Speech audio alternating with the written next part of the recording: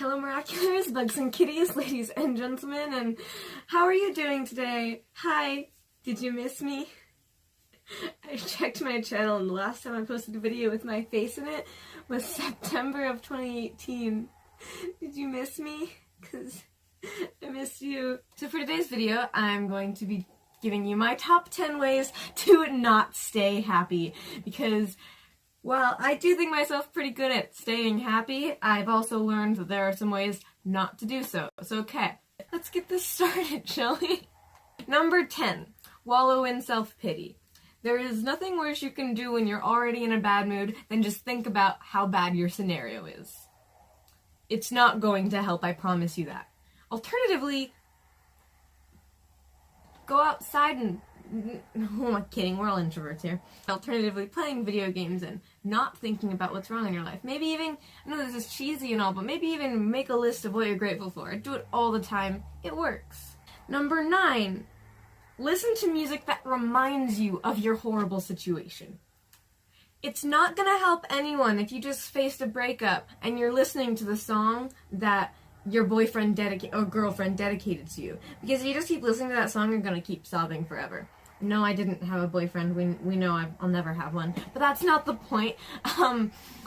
There's other things. Like, if you have a crush on someone, sometimes, yes, listening to songs you can relate to about, like, unrequited love or liking someone that likes someone else, yes, that can be very relatable. But it's not going to do you any good if you listen to a song that reminds you of this boy or girl or whatever your problem is and you just start sobbing. I understand the paradoxical happiness you can get from listening to sad songs. Like, I love Sorrow by Sleeping at Last. But if it's a song that genuinely ruins your day because you listen to it, then don't listen to it. Okay, moving on. The problem solved. Okay. Number 8, procrastinate dealing with your problems until they become massive and out of hand. I know we all have this problem. Procrastination.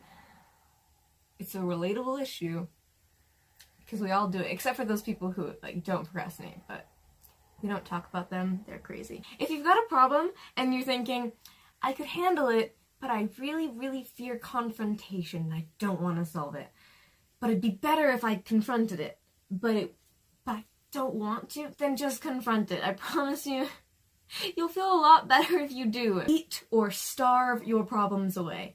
If you're wallowing in your self-pity and you're just shoving food in your mouth or refusing to eat because you're sad, then you're just hurting your health, and let's be honest, health is crucial to being happy. If you don't feel good on the inside, like physically, then you're not going to feel good mentally and emotionally. So you need to be healthy, and that's coming from me, who literally has a Pepsi in every video. Number 6, avoid telling people about your problems because you're afraid of being a burden. I want to slap that silly out of you, okay? Do not do this. I mean, I get it. I hate the idea of being a burden too. It's one of my biggest fears. I really fear being a burden to someone. But as the person who's also been on the other end, if you're the friend and someone is confiding in you and they go, oh, never mind, I just hate being a burden, I'm sorry I'm putting all this on you, I kind of want to shake them and tell them to stop being stupid, because I love my friends, alright? And I'm sure if you have good friends, they feel this exact way. So if you ever have something going on, then you need to tell someone.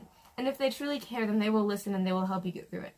And even if they can't do anything to help you get through it, then at least they're there to listen. Number 5, stay in bed all day, go nowhere, do nothing. On a normal day, this is ideal, okay? I'm not gonna lie. Sometimes laying in bed for all day is just nice. It's just nice. However, if you're already sad and you're just lying around, then all you're gonna do is go back to that number 1, and you're just gonna wallow in your self-pity, and you're just gonna think about it. That's not going to be good for you. As I said before, you shouldn't wallow in it, because the more you think about it, the worse it's going to feel. So I recommend finding something to do, calling someone and saying, hey, can I come over to your house? I'm down. Number 4, stress all night about your problems and avoid sleeping. Don't do that. Don't do that. I mean, I personally have never pulled an all-nighter, and I probably never will. I really can't do it. I'm not good with no sleep. The least amount of sleep I've ever had is like 2 or 3 hours of sleep, and I think I actually fell asleep at school or whatever I was doing. It was horrible. I just felt horrible.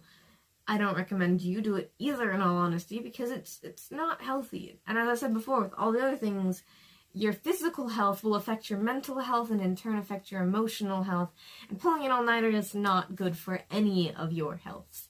Number 3, think about everything going wrong in your life until you've convinced yourself that you're a bad person. I'm going to let you in on a little secret. You are the best friend you will ever have.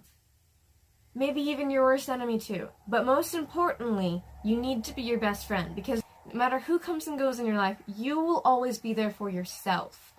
If you don't have a way to convince yourself that you're a good person, if you can't convince yourself that you're a good person, then you're not going to be able to convince others you're a good person either. Because if you don't believe it, then they won't either. But I'm sure, even if you've done some bad things in your life, that doesn't define you, alright? So don't just go and convince yourself that you're a bad person, especially if it's something out of your control. And a part of that sometimes is just convincing yourself to reach out to people. Because sometimes when you're sad, you can't do anything about it. But caring for yourself is knowing when you need help and reaching out to someone who can help you and just telling them, I'm sad and I don't know why. And I would like some help, please. And I don't know what kind of help I need, but can I just talk to you? Can I just have a hug? And sometimes that's really all you need. Number 2. This is often portrayed as a good thing, but it can also be really bad.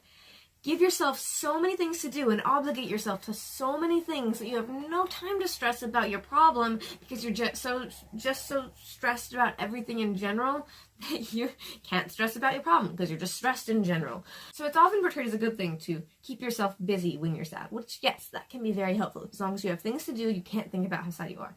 But if you continue to pile on to your workload and just tell yourself, I can do this, I'm going to add all these things to my work so I can't think about that thing, then you're going to be so stressed about all of these things because you physically, sometimes you can't do everything you set your mind to do.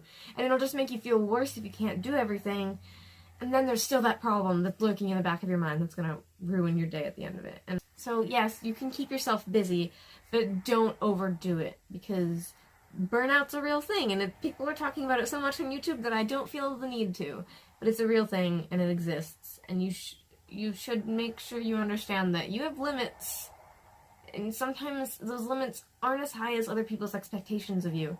Finally, number 1, I think this is the worst way for you to stay happy.